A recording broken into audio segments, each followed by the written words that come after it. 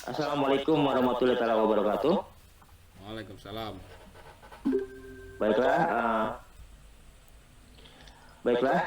Untuk yaitu pertemuan pada IHT kali ini, yang jelas dari kelompok kami, dari kelompok A, yaitu ada saya sendiri dan Iman Syah, lalu kemudian ada Pak Yayat Adiat dan juga Pak Ipan, Susanto juga Bapak Geri, dan juga alhamdulillah presentasi pertama ini akan kita mulai dengan Bapak Geri, yaitu dengan presentasi temanya itulah pendidikan yang merdeka. Waktu dan tempat Pak Geri dipersilakan. Terima kasih.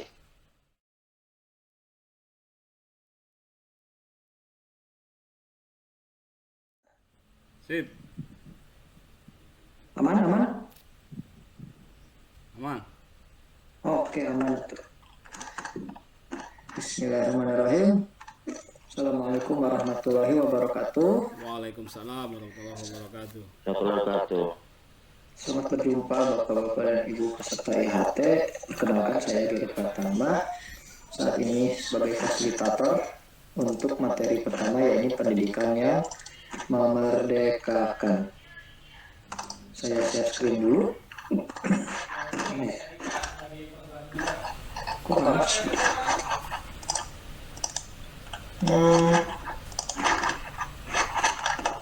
Nah, ini ya. Nah, sudah masuk diterima share screen-nya ya?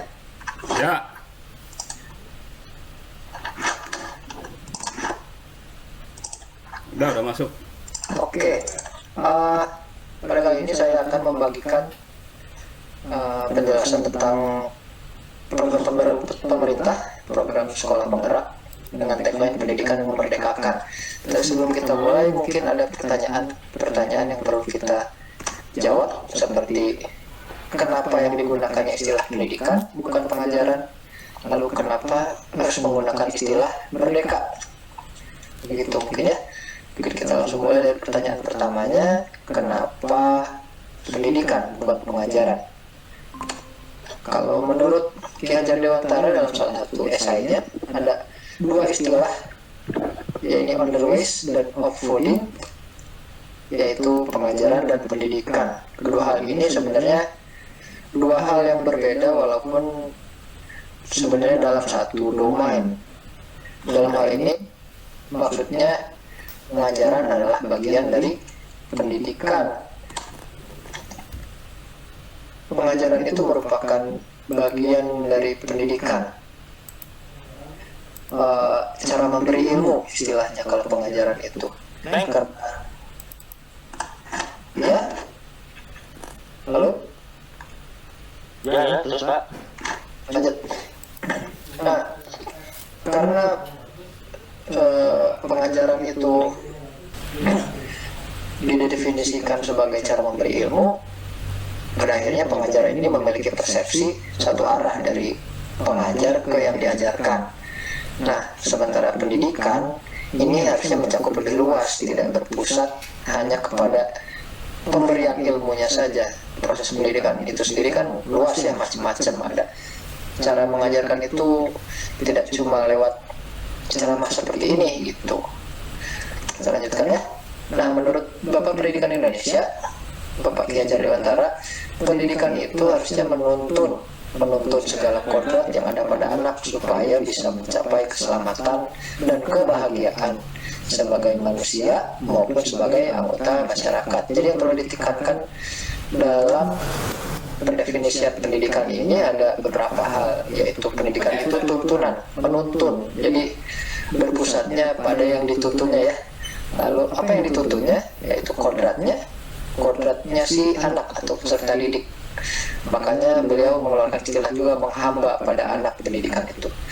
Lalu pendidikan juga perlu mengasah 4 hal yang ada pada diri manusia, yaitu pikirannya, rasa atau emosinya, karsa kemauannya, juga raga yaitu fisik. Nah, pendidikan menurut Ki Hajar Dewantara erat kaitannya dengan analogi kertas seperti kalau misalnya Mungkin Bapak Ibu pernah dengar ada ungkapan bahwa anak itu seperti kertas putih yang polos, dan lingkungan dunia atau pengajaran itu yang memberikan warna padanya, memberikan pola. Itu sebetulnya hanya salah satu aliran dari analogi kertas ini, yang sebetulnya ada beberapa. Yuk mari kita simak ada berapa saja sebenarnya penganalogian ini dan bagaimana kaitannya dengan cara pandang Ki Hajar Dewantara terhadap pendidikan. Yang pertama, aliran yang mengatakan bahwa anak itu kertas kosong, yang seperti tadi disebutkan contohnya, anak itu polos, anak itu tidak punya kemampuan mental bawaan. Tugas pendidiklah untuk yang mengisinya, mengisi karakternya, mengisi ilmunya, dan macam-macamnya. Teori ini sebenarnya ada namanya, yaitu teori tabula rasa yang dicetuskan oleh John Locke. Lalu yang kedua, ada aliran yang mengatakan bahwa anak itu sebenarnya sudah memiliki bawaan. Anak itu kertas yang sudah penuh dengan coretan, sudah tidak bisa diapa-apain gitu. Tugas pendidik selanjutnya adalah untuk menjaga coretan-coretan ini. Menjaga dari apa? Menjaga dari pengaruh buruk, menjaga dari coretan-coretan yang ya sebutlah merusak gambar utuhnya gitu. Nah, ide seperti ini adalah cetusan dari René Descartes yang disebut teori innate idea. Nah, dari dua teori ini Bapak Ki Hajar Dewantara mencetuskan teori baru yang disebut konvergensi teori, yang sebetulnya ini lebih sesuai dengan realita, dengan kenyataannya di lapangan, bahwa sebenarnya anak itu sudah ada bakat dan potensinya masing-masing. Anak adalah kertas penuh coretan, tapi coretannya tipis-tipis, tidak tebal seperti gambar yang sebelumnya ya. Nah, tugas pendidik ini yang selanjutnya untuk menebalkan coretan-coretan yang baik yang sudah ada, supaya lebih keluar karakter baiknya, supaya lebih melejit potensinya, istilahnya seperti itu. Selain itu juga untuk menjaga supaya coretan-coretan potensi yang sebutlah buruk, karakter buruk, tidak berkembang, tidak muncul ke permukaan. Nah, teori ini beliau sebut dengan konvergensi teori. Nah, berdasarkan hal tersebut, mari kita berkaca pada zaman kolonial, pendidikannya seperti apa sih? Apakah berpusat pada perkembangan anak?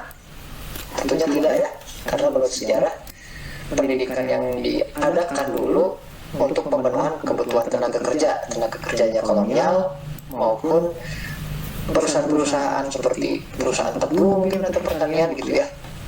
Nah, karena pendidikannya diselenggarakan oleh yang berkepentingan seperti tadi, kolonial dan sebagainya, aksesnya terbatas. Tidak semua orang bisa mengenyam pendidikan.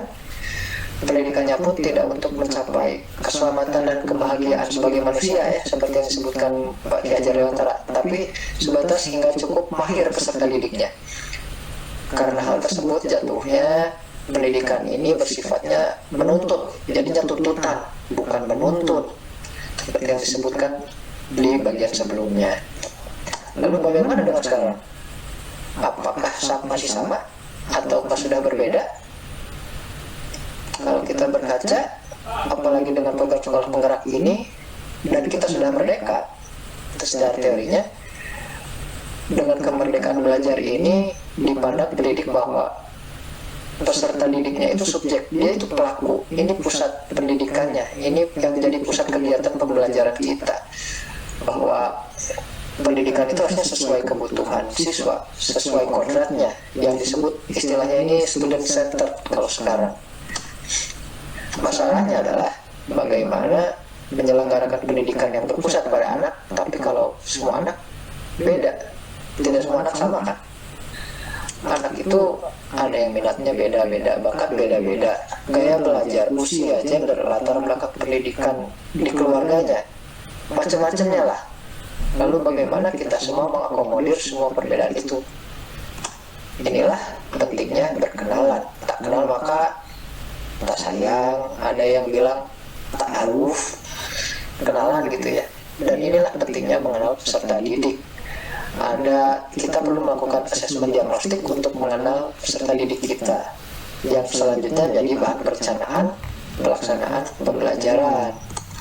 Nah, perencanaan pembelajaran ini, kalau saya pernah belajar di salah satu kursus online, intinya berkutat dari 3 hal yang nantinya akan dikembangkan juga sih sebenarnya di kurikulum sekolah penggerak ini. Intinya kita harus tahu dulu apa yang sudah diketahui oleh peserta didik, apa yang belum diketahui, lalu apa yang ingin diketahui selanjutnya lewat pembelajaran ini. Begitu kurang lebih 3 pertanyaan tersebut yang mendasar, yang menjadi dasar kita untuk mengenal peserta didik. Hal ini dimaksudkan supaya pendidikan bersifat sesuai dengan fase perkembangan anak, teaching at the right level. Jadi lewat asesmen diagnostik tadi kita bisa tahu tingkat kemampuan peserta didik supaya bisa merencanakan pembelajaran yang sesuai capaiannya gitu. Inilah yang diusung sebagai Merdeka Belajar, pendidikan yang memerdekakan.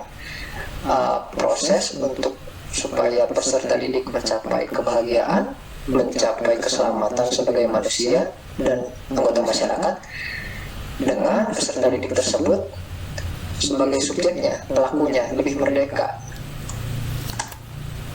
Kalau mengingat motonya Bapak Ki Hajar Dewantara, mungkin ada yang pernah dengar Tuturi Handayani, tapi kalimat lengkapnya ternyata ada 3. Ingarso Sungtulodo, di depan memberikan teladan, Ing Maju Mangunkarso, di tengah memberikan semangat, dan Tuturi Handayani dari belakang. Pendidikan ini memberikan dukungan, kurang lebih seperti itu. Terima kasih, sekian dari saya. Wabillahi taufiq wal hidayah. Assalamualaikum warahmatullahi wabarakatuh. Waalaikumsalam warahmatullahi wabarakatuh. Waalaikumsalam warahmatullahi wabarakatuh.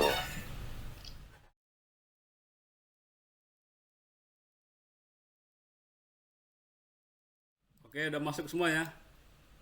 Oke. Ya, assalamualaikum warahmatullahi wabarakatuh. Waalaikumsalam warahmatullahi wabarakatuh. Apa kabar semuanya? Sehat-sehat ya? Sehat. Udah ngopi semua nih? Kamu bisa.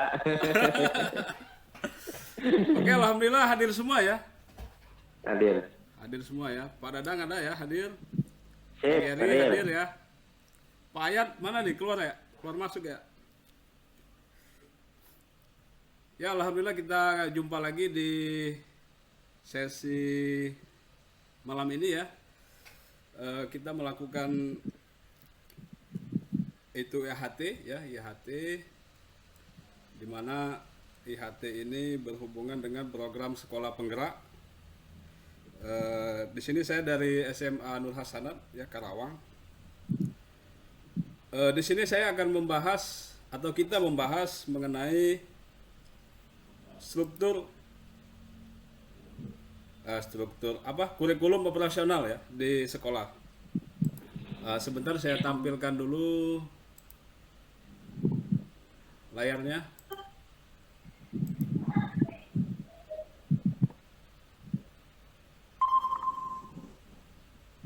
Sudah tampil ya? Sudah ya. Sudah muncul, Pak.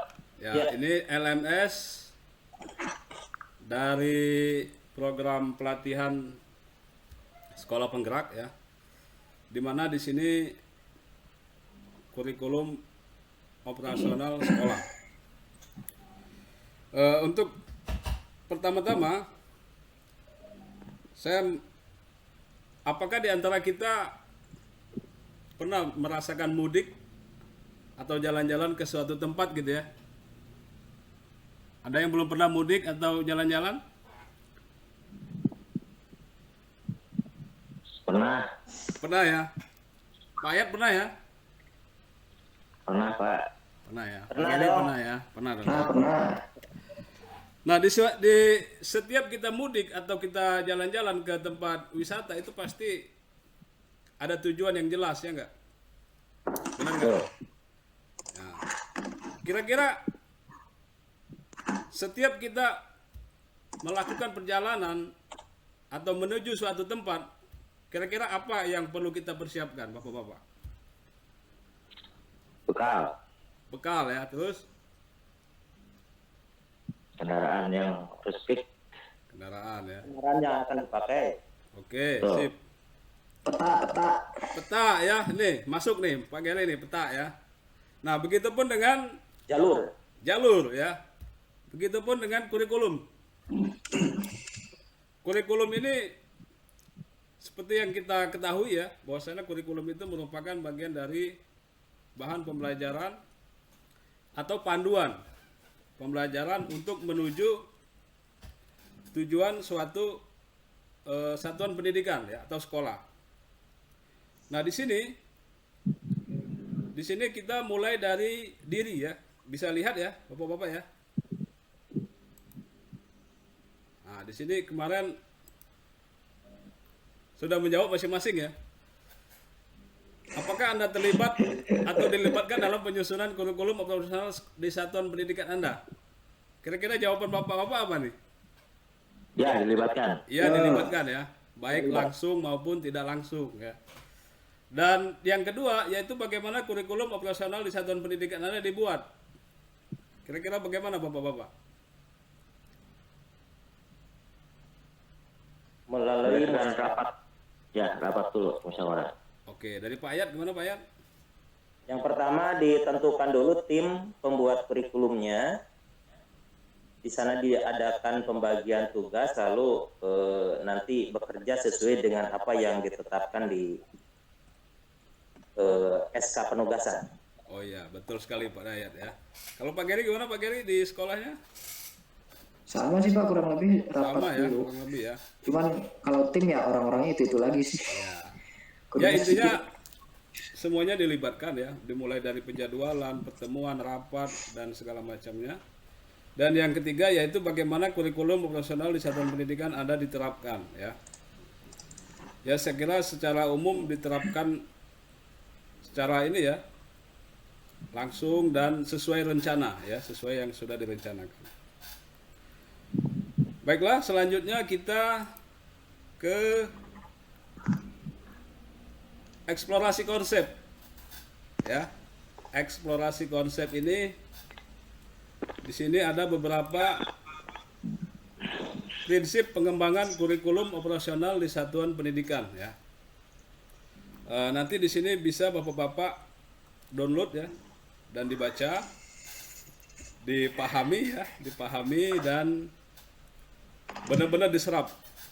Di sini mulai dari prinsip pengembangan kurikulum operasional di satuan pendidikan ya. Di sini ada pengantar penyusunan kurikulum operasional di satuan pendidikan. Terus prinsip pengembangan kurikulum operasional di satuan pendidikan ada beberapa ya. Yang pertama yaitu berpusat pada peserta didik. Seperti yang pertama kali yang dicetuskan dalam program kurikulum penggerak ini ya, sekolah penggerak ini, bahwasanya kembali ke berpusat pada peserta didik, tidak lagi berpusat pada guru dan lainnya gitu ya. Terus kontekstual ini merupakan kekhasan atau ciri khas dari sekolah masing-masing ya. Lanjut yaitu esensial. Esensial ini esensi yang mau kita dapatkan dari pendidikan tersebut. Selanjutnya yaitu akuntabel, bisa dipertanggungjawabkan ya secara data dan secara faktual. Selanjutnya yaitu melibatkan berbagai pemangku kepentingan, mulai dari pemerintahan ya dan warga sekolah itu sendiri, pemerintahan melalui dinas-dinasnya. Nah ini nanti bisa dibaca ya. Selanjutnya yaitu profil pelajar Pancasila. Nah di sini ditekankan sekali di kurikulum sekolah penggerak ini yaitu mengenai profil pelajar Pancasila ya. Dimana profil pelajar Pancasila ini ada 6. Yang pertama beriman bertakwa kepada Tuhan Yang Maha Esa dan berakhlak mulia. Yang kedua kebinekaan global ya, bergotong royong. 3. Yang keempat yaitu mandiri. Yang kelima bernalar kritis, kreatif. Dan keenam ya. Nah ini silakan dibaca Bapak-bapak. Selanjutnya yaitu proses penyusunan kurikulum ya. Di sini ada beberapa proses. Ya, di sini ada kerangka dasar kurikulum. Kira-kira ini jelas ya? Terlalu kecil Jelas, atau gimana? jelas. Jelas ya. Nah, di sini ada dimulai dari kerangka dasar kurikulum, yaitu tujuan pendidikan nasional, profil pelajar Pancasila, turun lagi ke standar kompetensi lulusan, ada standar isi, standar proses, standar penilaian ya. Ini masuk di akreditasi biasanya ya. Nah, selama ini akreditasi itu identik dengan settingan ya. Selama ini nggak ada sabun, jadi ada sabun gitu ya. Nah, insya Allah di kurikulum di kurikulum penggerak ini insya Allah semuanya tanpa settingan ya. Dan ini akan didampingi Bapak-Bapak ya selama 3 tahun ke depan. Nggak tahu tuh kalau sudah 2024. Selanjutnya yaitu memahami kerangka dasar dan struktur kurikulum ya. Nah, nanti silakan dibaca saja Bapak-Bapak ya. Sini sampai ke pembuatan visi misi dan yang lebih rinci lagi ya, lebih komprehensif. Selanjutnya ya ini komponen ya. Komponen kurikulum operasional di satuan pendidikan. Di sini ada karakteristik satuan pendidikan, visi misi dan tujuan. Kita sudah tahu semua ya visi misi tujuan sekolah kita masing-masing ya. Nah, ini terutama visi misi ini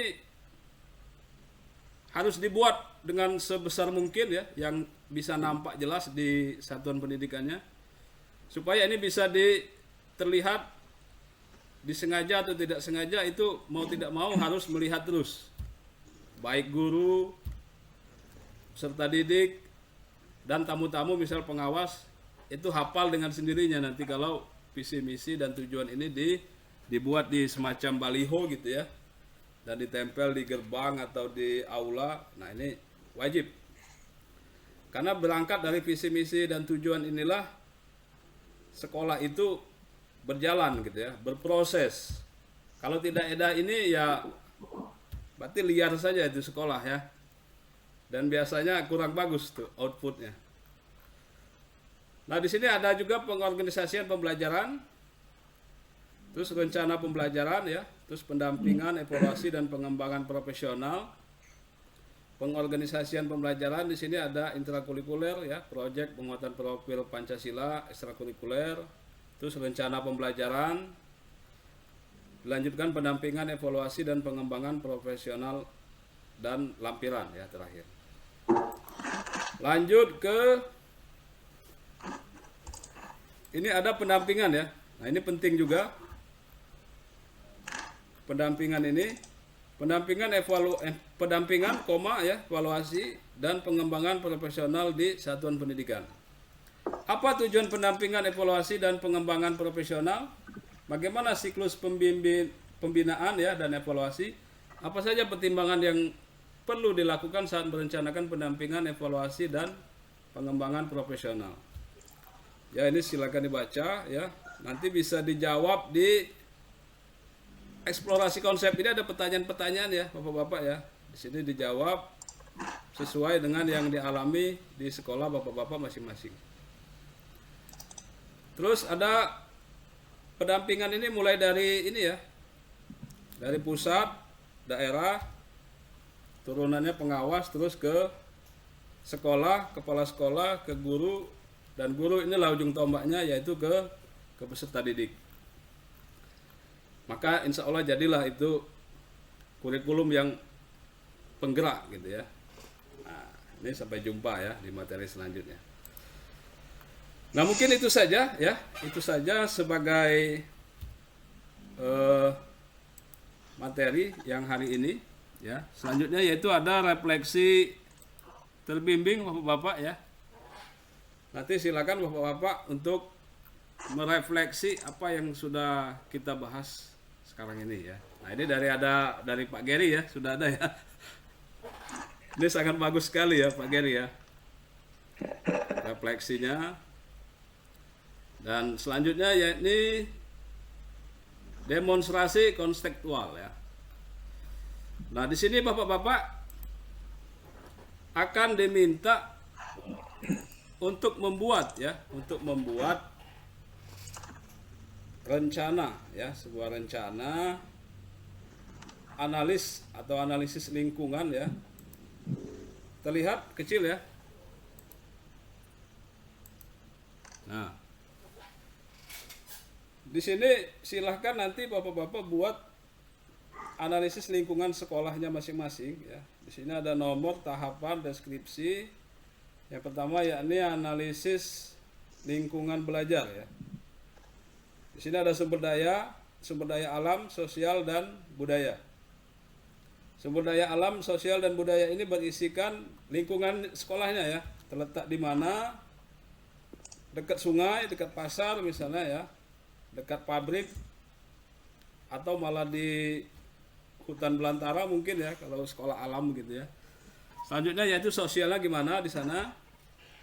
Begitupun dengan budaya ya, kebudayaan atau kebiasaan atau tradisi di lingkungan sekolah tersebut.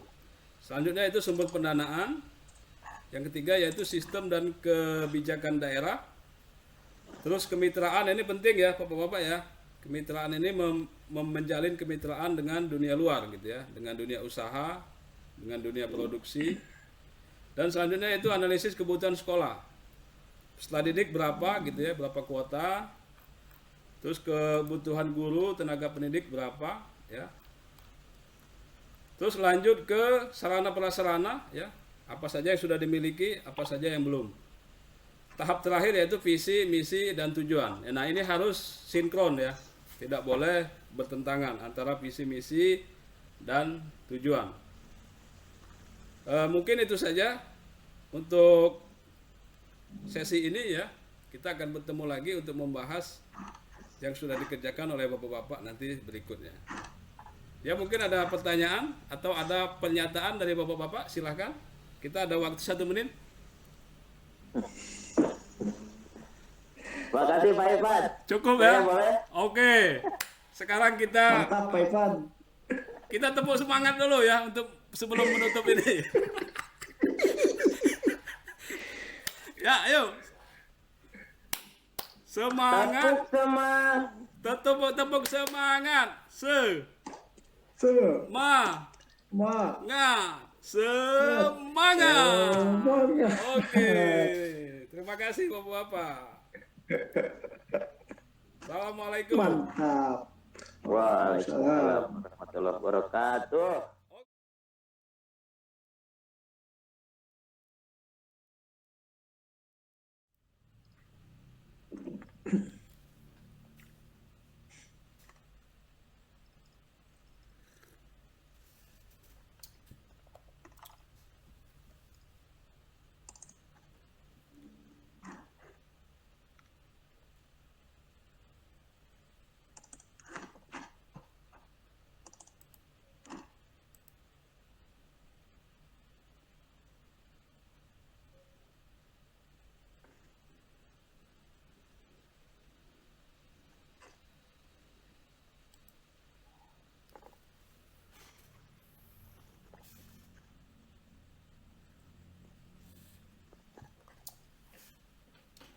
Ya, assalamualaikum warahmatullahi wabarakatuh.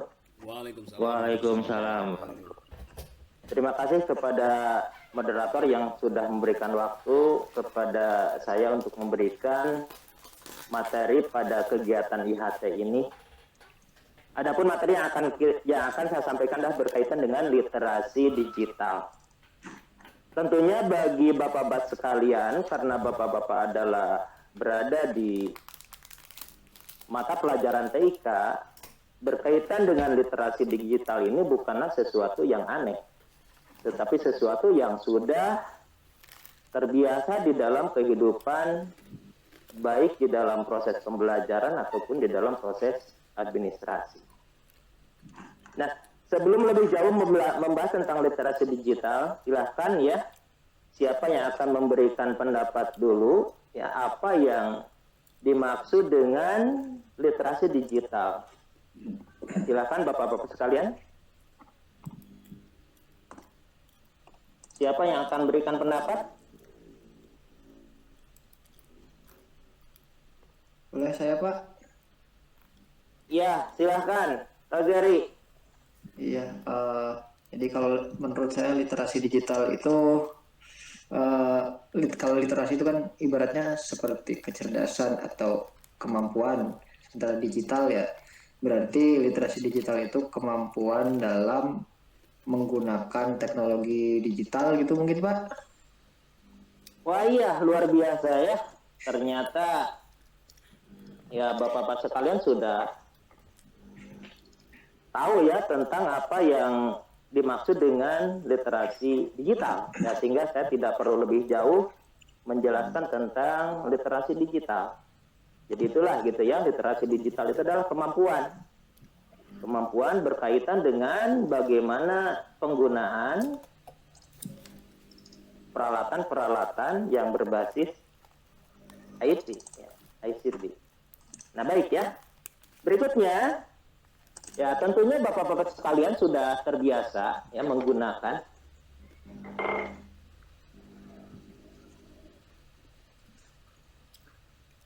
Nah di sini saya melihat gitu ya dari buku yang dikeluarkan oleh Literasi Digital Indonesia. Di sini dikatakan bahwa literasi digital adalah kemampuan menggunakan teknologi informasi dan komunikasi atau TIK untuk menemukan, mengevaluasi, memanfaatkan, membuat, dan mengkomunikasikan konten atau informasi dengan kecakapan kognitif maupun teknikal. Nah itulah gitu ya kalau kita melihat di dalam definisi literasi digital. Baik ya, kita akan lanjutkan gitu ya. Nah berikutnya ya kita akan berdiskusi saja ya karena ini berkaitan dengan hal yang kita sendiri sudah sangat familiar. Nah, yang kedua kita juga akan mencoba ya gitu ya menggali dari bapak-bapak sekalian sebenarnya sejauh mana kesiapan yang sudah dimiliki untuk menggunakan atau memanfaatkan perkembangan teknologi informasi dan komunikasi dalam bidang pendidikan. Silakan ada yang bisa berpendapat? Ya, saya Pak. Ya, silakan. Ya kalau sekolah saya sendiri Pak belum begitu siap Pak ya, baru ya mungkin 2,5% lah. Ya karena beberapa faktor Pak ya. Kalau internet sih lancar sih ya Pak. Ya. Tapi peralatan pendukung lainnya Pak ya yang belum seperti PC atau komputer. Bahkan sekolah kami belum mempunyai laboratorium komputer Pak. Gitu ya. Masih mencari-cari Pak. Dan siswa kami juga belum terlalu banyak karena swasta juga dan baru juga Pak berapa tahun ya. Dan itu ya selama ini kami ada beberapa misalnya meminjam peralatan atau seperti laptop atau PC-PC yang murah meriah gitu Pak ya. Untuk mendukung kegiatan TIK atau yang sekarang ini informatika Pak. Ya. Dan kebetulan kami ini boarding juga Pak. Jadi kalau handphone tuh belum terlalu bebas penggunaannya Pak. Oh, begitu ya. Ya itu aja Pak. Ya ini menjadi tantangan ya Pak Ipan ya dengan kondisi seperti itu karena sekarang teknologinya sudah masuk di dalam teknologi digital. Ya tentunya keterbatasan itu bukan merupakan sesuatu yang menjadi hambatan. Ya. Nah, tetapi biasanya apa yang dilakukan dengan kondisi keterbatasan itu? Itu tadi Pak kita biasa minjam Pak ya. Pinjam beberapa yang ada dari guru atau dari siswa itu sendiri, kadang ada juga yang punya Pak. Jadi seperti kita asesmen apa itu yang sekarang akan kita laksanakan Pak ya tahun ini. Ya. Ya kemungkinan ya mungkin kita akan beli Pak, tapi beberapa dan selebihnya kita mengusahakan untuk entah pinjam atau sewa Pak sementara Pak. Ya alhamdulillah ya, berarti ada solusi ya. Ya Pak. Iya. Tapi bagi Bapak sendiri penguasaan terhadap teknologi digitalnya sebagai guru di sana gimana? Untuk sementara Pak, baik software atau hardware, sementara saya masih otodidak Pak dari YouTube gitu ya. Mod Pak suaranya? dari apa? Kalau masalah aplikasi gitu sementara ini masih user Pak, jadi kita masih penikmat, belum bisa semacam apa membuat pemrograman atau apa gitu ya. Ya paling yang sederhana Pak lewat aplikasi-aplikasi Microsoft Office gitu ya. Ini iklan kali ya. Ya mengandung iklan. Ya seperti itu Pak baru Pak. Kalau yang sifatnya aplikasi baik dibuat Android atau di apalagi Windows itu belum Pak. Masih sebatas itu. Kalau untuk Mapel TIK sendiri kita masih berkutat di pengenalan masalah apa pengolah angka, kata dan apa desain grafis seperti itu Pak. Dan beberapa aplikasi editing video Pak. Oh iya. Ya belum Berarti masuk. itu sudah banyak ya yang dilakukan sebenarnya kan gitu ya. Ya. Walaupun melakukan sebagai user ya. Ya Itu Pak, tidak masalah masih sebenarnya user gitu Pak. ya. Ya. Ya baik ya. Berikutnya sebenarnya teknologi apa saja yang sudah ada atau dikuasai mendukung peran di dalam bidang pendidikan. Silakan barangkali ada yang lain. Pak Geri atau Pak Dadang? Ya Pak. Kalau yang di apa yang ada di relay tadi sekolah saya, itu alhamdulillah laboratorium udah punya 3 Pak, laboratorium komputer itu ya. Kemudian apa namanya? Insya Allah masalahnya paling terletak pada sinyal aja Pak di situ. Karena lumayan juga sih Pak, daerah kita kan pegunungan ya, jadi berbukit-bukit. Jadi masalahnya itu pada sinyal. Tapi kalau saya untuk lab komputer, alhamdulillah kita punya 3 lab. Sementara kegiatan untuk dalam mengaplikasikannya itu kegiatan siswa-siswa itu kita mengadakan yaitu ekskul komputer, namanya MMC Multimedia Center di situ Pak. Jadi anak itu kita train, kita latih khususnya untuk yang para ekskul ini menjadi itu mereka asisten-asisten kita ya. Misalnya untuk dibantu menjadi technical support lah. Selain technical support juga, itu mereka kita juga mengajarkan itu bagaimana mereka membuat aplikasi sederhana, aplikasi dengan Android Pak. Misalnya membuat aplikasi Android dari ya misalnya suatu quiz kecil gitu dan kita aplikasikan kemudian dalam gadgetnya itu pada dalam Androidnya gitu Pak. Ya, terima kasih Pak Dadang ya. Wah, ternyata sudah banyak juga ya menggunakan walaupun ada kendala di sinyal. Mungkin nanti bisa dianggarkan ya bagaimana memiliki tower ya. Nah itu Pak, sedang Pak kita usahakan pada pas sekolah yang baru ini Pak. Tower penerima ya gitu ya. Betul. Tower khusus untuk penerima berarti. Betul. Iya. Nah tadi yang kekurangan alat sebenarnya bisa menjalin kerjasama ya banyak ya gitu ya.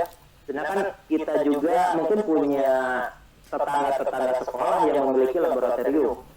Jadi tadi di sekolah yang belum memiliki laboratorium bisa berkolaborasi ya, bisa bekerja sama dengan pihak sekolah yang memiliki laboratorium gitu ya.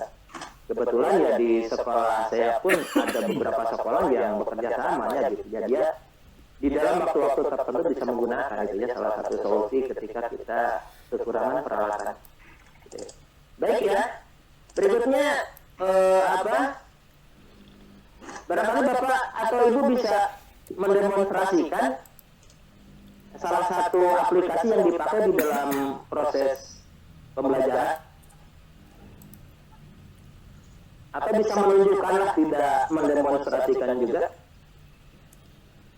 Silakan bisa. Pak Geri barangkali Masih pakai Google Classroom aja Pak di sekolah saya mah. bagus itu gratis itu. Iya. Google Classroom apalagi pakai ini enggak? Pakai Moodle enggak? Enggak Pak, baru tahu modal pas ikutan ini saya mah. Oh gitu ya. Belum banyak ya, ada Kuiper, ada Edmodo gitu ya, aplikasi-aplikasi bahkan ada yang untuk evaluasi secara khusus itu bisa menggunakan khusus evaluasi misalnya EduBox itu khusus untuk evaluasi ya. Apa siapa nih yang sudah menggunakan aplikasi ya nggak apa-apa ya aplikasi ini juga. Ya sama Pak paling ya Google aja Pak. Google ya. Ya. Ya lebih enteng ya Google ya. Ya, Betul. nggak perlu nama server Pak. Nah, benar Pak. Iya. Ya saya kira dari apa yang tadi dibahas ternyata ya bapak-bapak sekalian sudah jauh ya literasi digitalnya. Ternyata kendala-kendalanya bukan di kendala kemampuan, bukan di kendala ya, tapi kendala-kendalanya ya lebih kepada perangkat. Nah, untuk perangkat ya insya Allah lah gitu ya.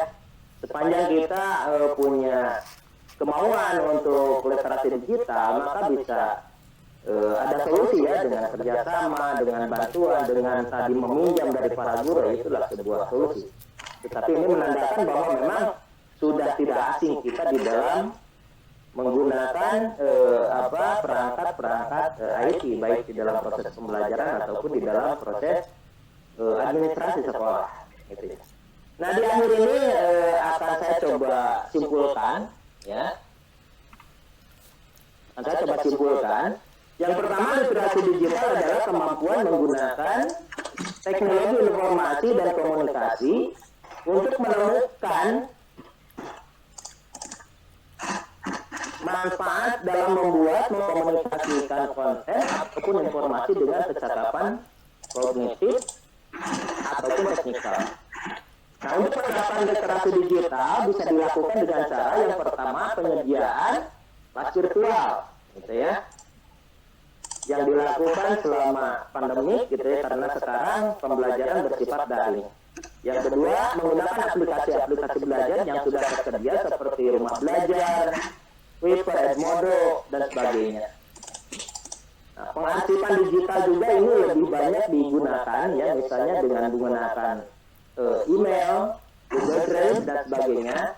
Terus pemanfaatan media sosial sebagai sarana pelaksanaan kegiatan belajar mengajar. Nah, jadi itu ya yang bisa disimpulkan dari kegiatan ini. Mudah-mudahan kita semua bisa terus mengembangkan literasi digital dan terima kasih kepada semuanya yang sudah berperan aktif di dalam pelatihan ini. Sekian, Assalamualaikum warahmatullahi wabarakatuh. Waalaikumsalam warahmatullahi wabarakatuh.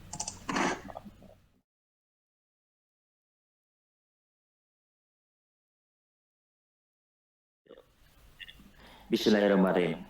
Assalamualaikum warahmatullahi wabarakatuh. Waalaikumsalam. Waalaikumsalam warahmatullahi wabarakatuh. Oke, semuanya rekan-rekan semuanya. Saat ini saya Danang Irmansyah akan menerangkan yaitu modul ajar. Sebelumnya modul ajar ini menurut rekan-rekan apa sih itu modul ajar itu? Pak, mungkin dari Pak Ayat apa itu modul ajar, Pak? Modul ajar adalah panduan untuk melakukan kegiatan belajar mengajar. Mantap. Pak Ipan? Ya, kurang lebih sama Pak. Rancangan buat ini ya, RPP gitu Pak, sama ya, RPP kali ya, mirip ya. Betul, beda namanya doang ya. Tuh. Pak Geri? Ya, RPP ganti nama, Pak. Atau reinkarnasi ya. Iya. Berikutnya ya, saya akan itu mungkin ini adalah yang pernah direvisi oleh Pak Edi. Jadi mungkin kita bisa kita lihat di sini.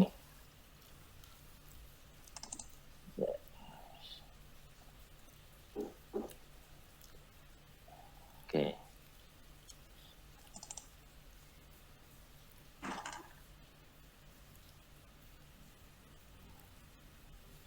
Sebentar Pak. Berbaginya.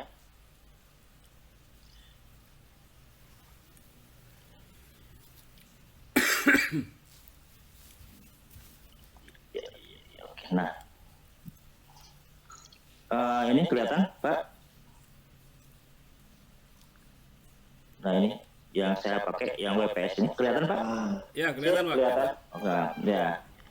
Di sini modul ajar ini adalah yaitu modul ajar mata pelajaran informatika. Terdiri di susunannya, sebetulnya susunan ini hampir mirip yaitu dengan RPP yang pernah kita dulu jalankan ya. Yaitu ada identitas sekolah, Makanan nanti tuh. nama guru, satuan mata pelajaran, elemen, fase atau semester, tahun pelajarannya, dan alokasi waktu. Di sini kita menggunakan 1 kali pertemuan yaitu 2 kali 45 menit karena TIK-nya sekarang alhamdulillah di pelajaran saya ini dulu kan cuma 1 kali 45 menit, sekarang udah 2 kali 45 menit. Kemudian yang kedua, jadi setelah chapter 1 yaitu identitas sekolah, yang kedua adalah kompetensi awal. A yaitu capaian pembelajarannya. Nah ini pada fase E yaitu kelas 10, siswa mampu memanfaatkan berbagai aplikasi secara bersamaan dan optimal untuk berkomunikasi dan mencari informasi di internet, serta menggunakan fitur lanjut aplikasi perkantoran atau pengolah kata.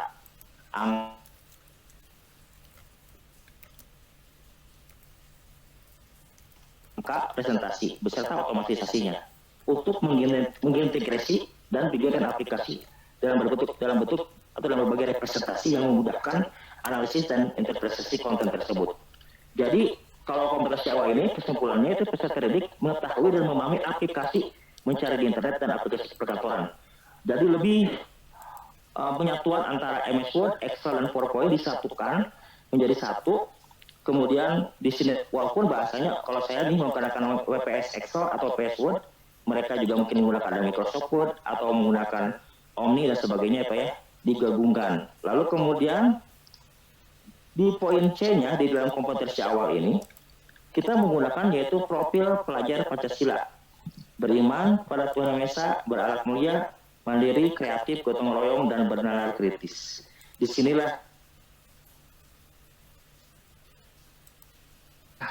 poin yang berbeda. Ini ada masukannya adalah profil pelajar Pancasila. Nah, kemudian sarana prasarananya, kalau kita mengutip bahasanya kemarin dari pemateri, sarananya yaitu adalah merupakan perangkat komputer atau laptop, gadget, buku paket, infocus, dan video pembelajaran. Sedangkan prasarana adalah yang mutlak yang harus ada atau set buildingnya gitu ya, yaitu adalah jaringan atau koneksi internet, laboratorium, dan jaringan listrik. Jadi antara sarana prasarananya dibedakan maksudnya dan juga contoh-contohnya. Yang target peserta didik. Berdasarkan asesmen diagnostik, terdapat peserta didik yang reguler atau tipikal. Misalnya umumnya 28 siswa misalnya. Misalnya 28 siswa ini adalah merupakan siswa yang istilahnya reguler umumnya biasanya. Dan juga PD, maaf di sini PD adalah peserta didik. Peserta didik yang kesulitan belajar itu ada 2 orang. Dan peserta didik kemampuan luar biasa misalnya ada 4 orang. Kalau dijumlahkan totalnya menjadi 34 siswa. Nah, dibedakan. Jadi targetnya itu ada yang tadi itu, ada yang reguler, ada yang kesulitan belajar, dan ada kemampuan belajar. Yang F-nya, model pembelajaran. Model pembelajaran itu adalah blended learning, kedua yaitu daring dan luringnya. Itu yaitu komponen dari yaitu yang kompetensi awal. Dan berikutnya kita masuk ke kompetensi inti, Pak. Pada akhir fase E atau akhirnya, nah di sini siswa ini mampu mengatakan yaitu berbagai macam aplikasi secara bersamaan. Di sini adalah level kognitif. Jadi menggunakan optimal dan untuk berkomunikasi mencari informasi di internet. Jadi mereka level kognitifnya atau level pengetahuan ini yaitu secara mandiri, kreatif dan bernalar kritis. Dan kedua menggunakan fitur lanjut aplikasi kantor.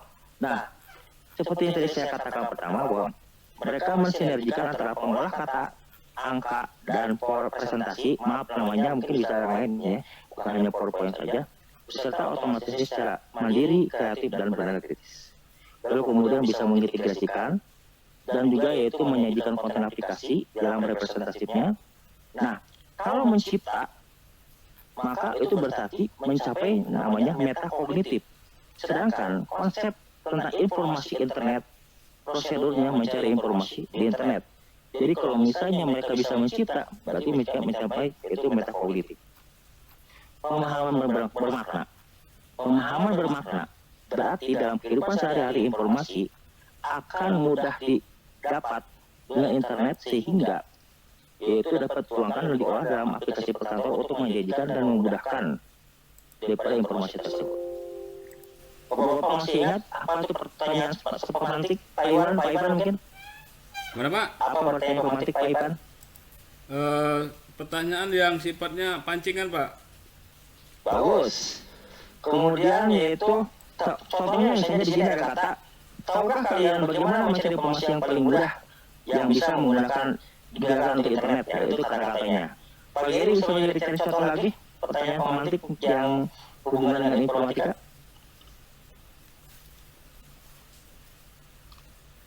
Halo Pak Geri. Pertanyaan pemantik yang bisa memancing ini awal-awalnya seperti Pak Geri katakan tadi. Apa ya, kurang lebih bagaimana cara pesan kita bisa tidak dilihat oleh pengguna lain di internet. Oh, masuk gitu. Oke, bisa disederhanakan mungkin supaya nggak tahu lebih dalam lagi mungkin istilahnya pertanyaan luar gitu. Maksudnya Misalnya apa? Itu password misalnya gitu. Bagaimana ya, seperti apa password yang baik? Itu dia. Betul, bisa Pak, bisa diingat ya. Pak Yayat, kita masukkan Pak tentang pertanyaan pemantik Pak. Bagaimana kita mendapatkan informasi yang akurat? Oke, berarti bagaimana ya baca kita harus langsung memberitahukan ya cara-caranya ya. Nah, berikutnya yaitu persiapan pembelajaran dengan menyiapkan ATP. ATP. Mohon sekali ada yang tahu apa ATP Pak singkatannya Pak? Halo, siapa yang mungkin bisa ingat ATP itu apa? Singkatannya apa? Tujuan pembelajaran. Mantap Pak Geri. Modul ajar, asesmen, AKPD, punten. Ada yang tahu AKPD? AKPD? Aduh, lupa Pak. Kayak titik pasti. K-nya apa? A-nya asesmen atau analisis apa? Asesmen Kompetensi. Ya, oke. Sapras? Ya. Pasti tahu lah Sapras ya. Nah, ini di sini ada yaitu punten ada kegiatan pembelajarannya. Di sini ada susunannya kegiatan pembelajaran dari pendahuluan, inti dan penutup. Lalu kemudian di bawahnya asesmen. Nah, ini yang paling saya utamakan yang berbeda dengan RPP sebelumnya. Asesmen dilakukan dengan cara observasi selama kegiatan berlangsung, yaitu melalui pengamatan performa peserta didik dan dengan yaitu melakukan sesi tanya jawab. Seperti tadi ya, dalam tesnya. Instrumen harus dilampirkan pada lampiran.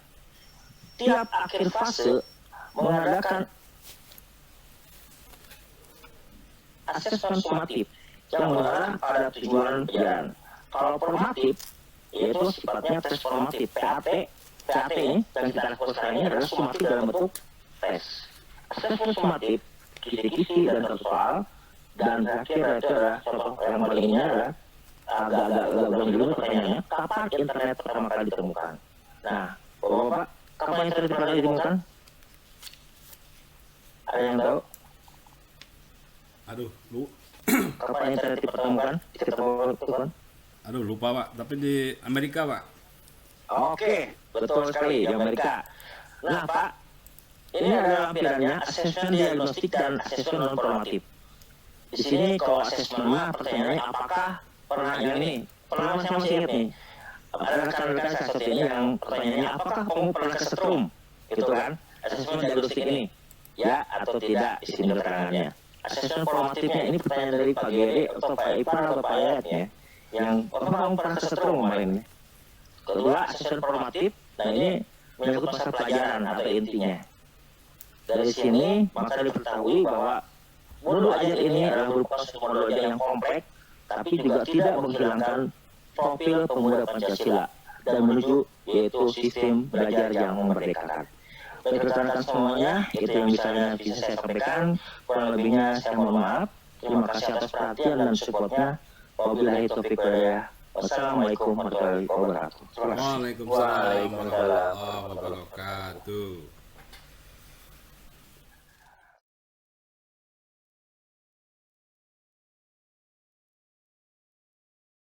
Baiklah semuanya, alhamdulillah materi-materi tersampaikan, baik itu dari Pak Ipan, Pak Yayat, dan Pak Geri juga saya. Mohon maaf jika ada kesalahan atau kekurangan. Malum kami semua sedang belajar dan menuju proses satu sekolah penggerak. Wabillahi taufiq wal hidayah. Wassalamualaikum warahmatullahi wabarakatuh.